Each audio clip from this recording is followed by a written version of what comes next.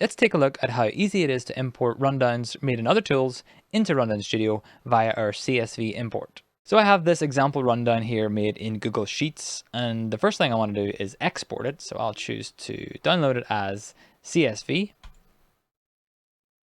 and this will download the CSV version onto my computer. Next, I want to import that into Rundown Studio, and I'm going to use the top right Import CSV file, and it takes me through the process of importing that file.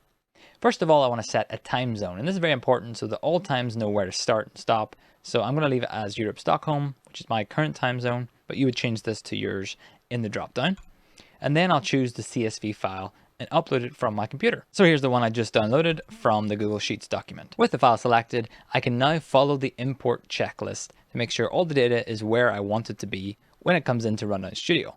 First things first, select a column header row. I look through my rows here and see which of these contains all of the column header names. And it's this one, start time, end time, duration. So I'll select that as the header row. You'll notice it won't import anything before that, so it'll start the import right here on this header row. Next thing on my checklist, select a unique start time column. So I want to look through my columns and see which of these contains the start time for my queues. And I know it's this one, the start time. I'll choose start time.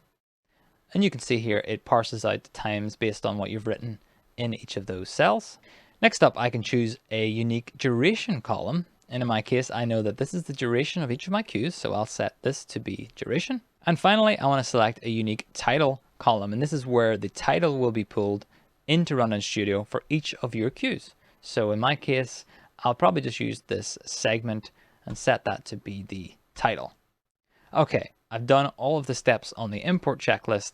I can continue to the review section. Finally, I'll give it a name. I'll just call it imported rundown and give it a date, the date that this rundown will start. This date is perfectly fine. And then hit import. And now we will import all of the data, put it all where it needs to be, and send you to that rundown. And here it is, the imported rundown. You can see my start times, my durations, and my titles have all found their way in here, as well as all the rest of my columns have been created. I can now use this rundown just as I would with any other rundown in Rundown Studio. And that's a quick overview of the CSV import tool. Let us know if there's any other features and things you want to see in there. We would love to add them in the future.